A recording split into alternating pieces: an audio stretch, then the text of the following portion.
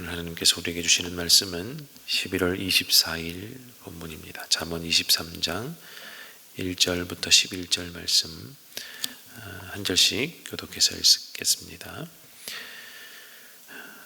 네가 높은 사람과 함께 앉아 음식을 먹게 되거든 너희 앞에 누가 앉았는지를 잘 살펴라. 식욕이 마구 동하거든 목에 칼을 대고서라도 억제하여라. 그가 차린 맛난 음식에 욕심을 내지 말아라. 그것은 너를 꾀려는 음식이다. 부자가 되려고 애쓰지 말고 그런 생각을 끊어버려 슬기를 가져라. 한순간에 없어질 재물에 주목하지 말아라. 재물은 날개를 달고 독수리처럼 하늘로 날아가 버린다.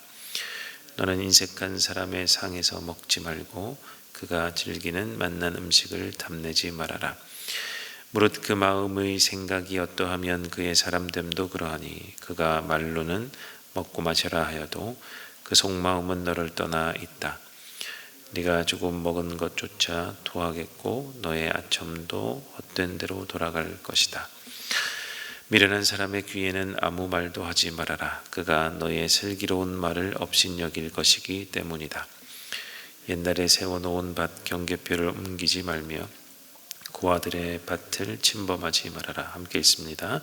그들의 구원자는 강한 분이시니 그분이 그들의 송사를 맡으셔서 너를 벌하실 것이다. 아멘. 어제부터 이어지는 우리 30가지 잠언 지혜의 말씀이라는 본문을 우리 함께 이어가는 오늘의 본문입니다. 30가지를 세기가 1번, 2번 붙어 있지 않으니까 쉽지는 않겠죠. 여러 가지 동시에 이렇게 30가지가 이렇게 나오다 보니 순서의 오차들이 있더라고요. 여러 가지 주석을 보면 오늘 본문을 어떤 분은 어떤 주석가는 6번째, 어떤 주석가는 7번째 이렇게 하기도 합니다만 약간의 오차가 있지만 30가지 잠언이라고 말하는 것에 포함되는 본문들입니다. 오늘은 한 절씩 보다 이렇게 좀 나누어져 있는 지혜의 말씀이 이렇게 구분되어 있는 대로 보겠습니다. 먼저 1절부터 3절의 말씀입니다. 네가 높은 사람과 함께 앉아 음식을 먹게 되거든 너희 앞에 누가 앉았는지를 잘 살펴라.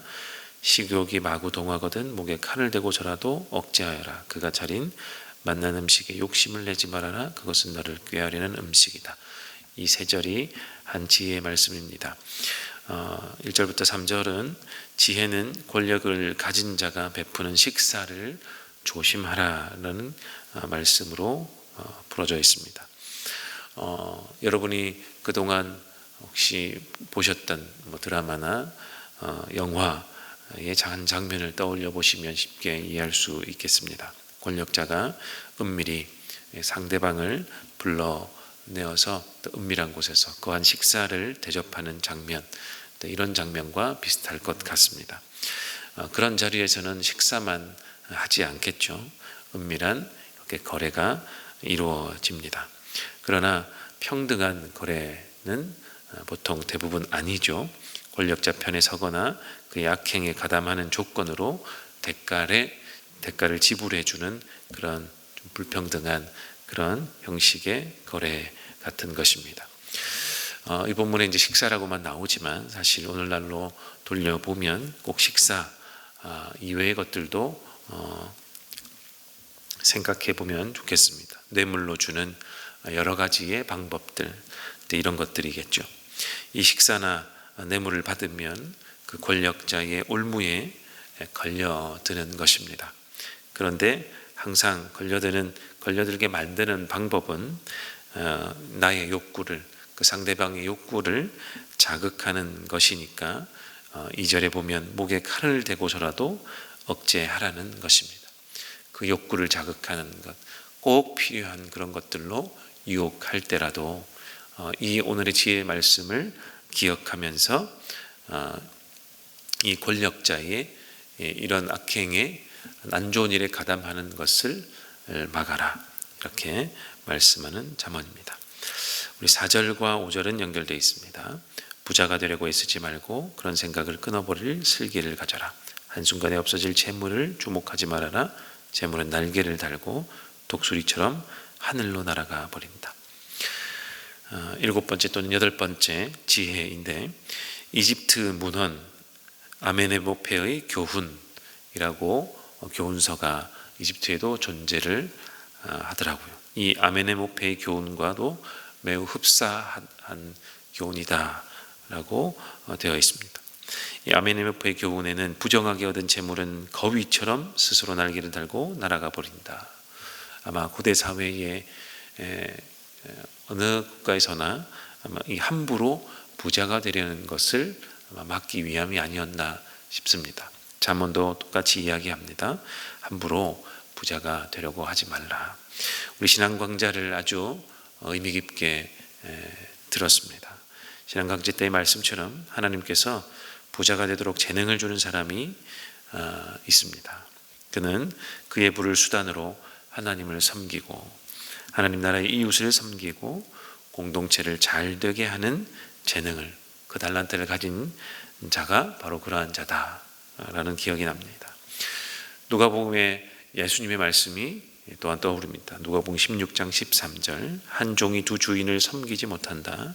그가 한쪽을 미워하고 다른 쪽을 사랑하거나 한쪽을 떠받들고 다른 쪽을 업신여길 것이다. 너희는 하나님과 재물을 함께 섬길 수 없다. 이 말씀에 비추어서 부자가 되는 방법이 있을까 고민해 보게 됩니다.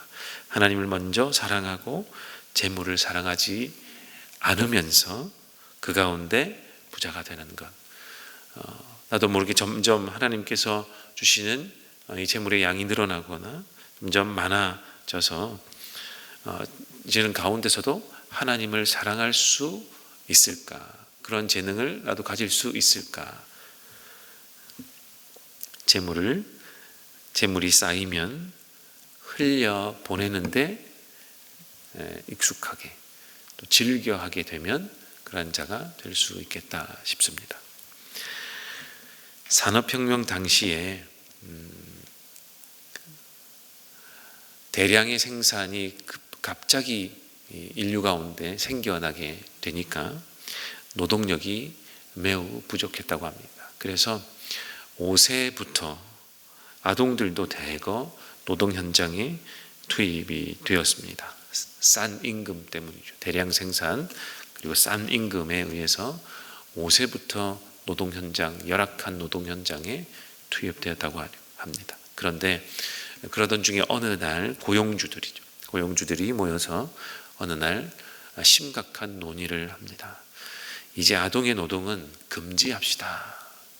심각하게 논의한 결과로 이제 아동의 노동을 금지하기로 합의를 합니다.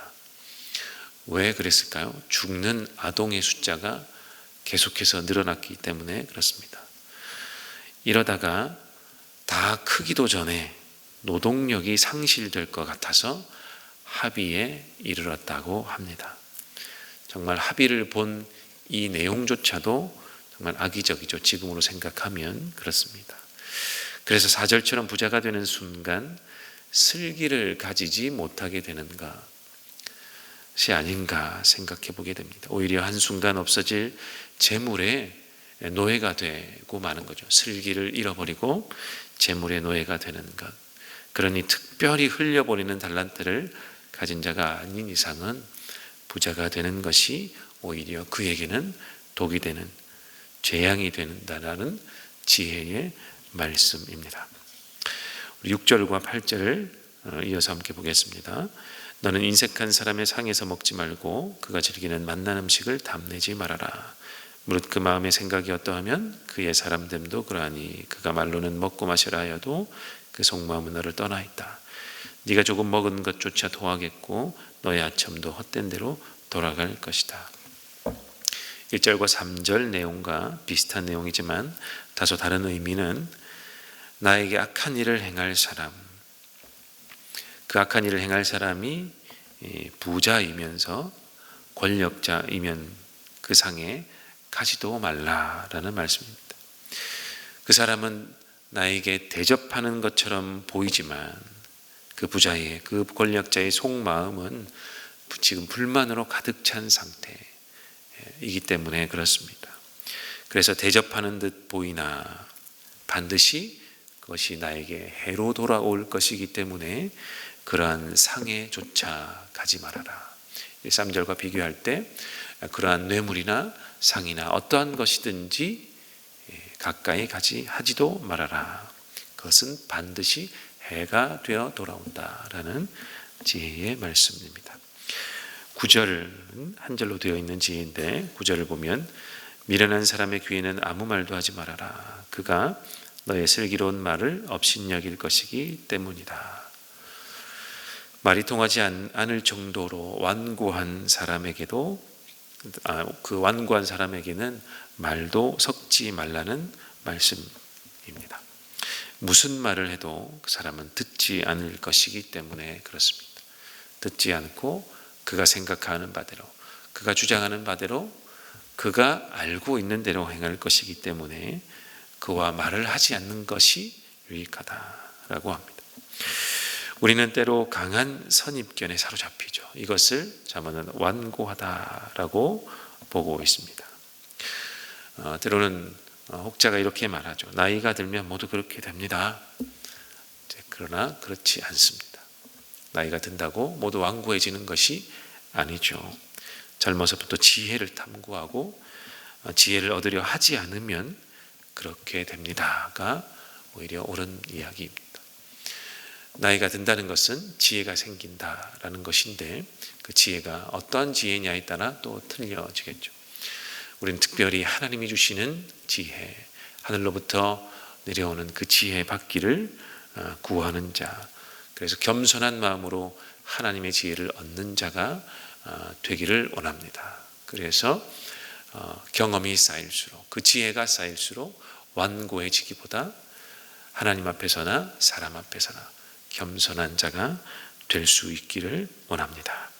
우리 마지막 10절부터 11절 말씀입니다.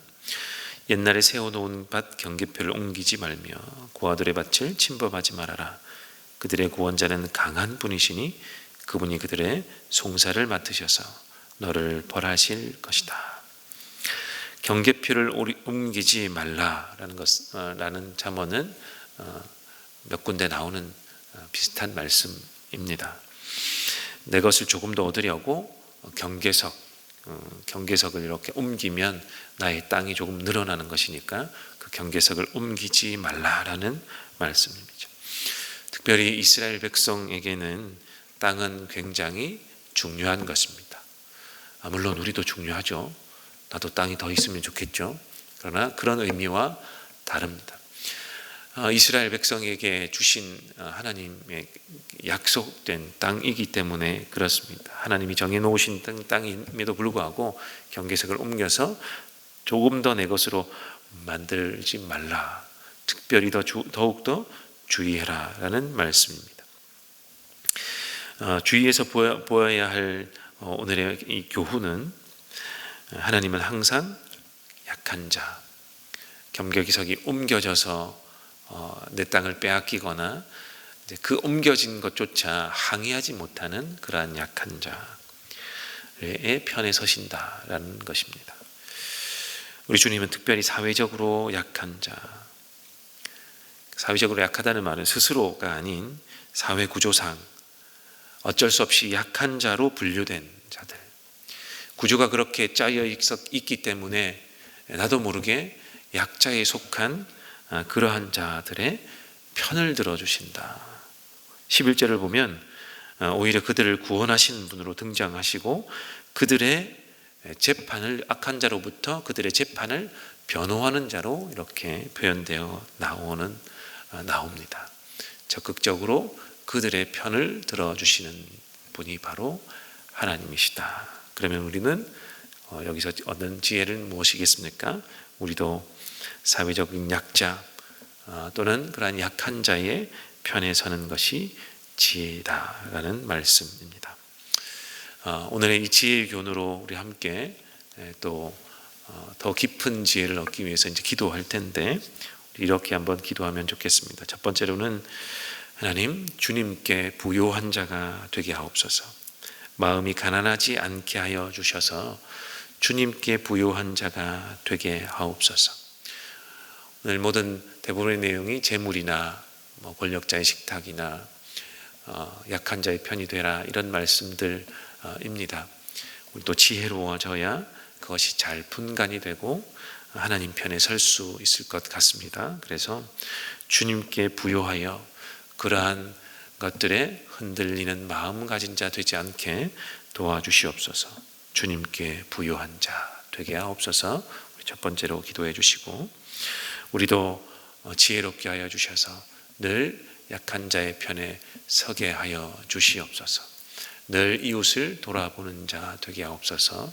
두 번째로 기도하고, 세 번째로 가정에 약한 자들이 있는지, 우리의 친지 가운데 내 이웃 가운데 약한 자들이 있는지를 돌아보는 넉넉한 마음이 우리 가운데 있게 하여 주시옵소서라고 오늘 가정을 위해서, 우리 가족과 친지들을 위해서 우리 함께 기도하면 좋겠습니다. 그리고 여러분의 가진 기도의 제목으로 기도하시다가 돌아가도록 하겠습니다. 함께 기도합니다.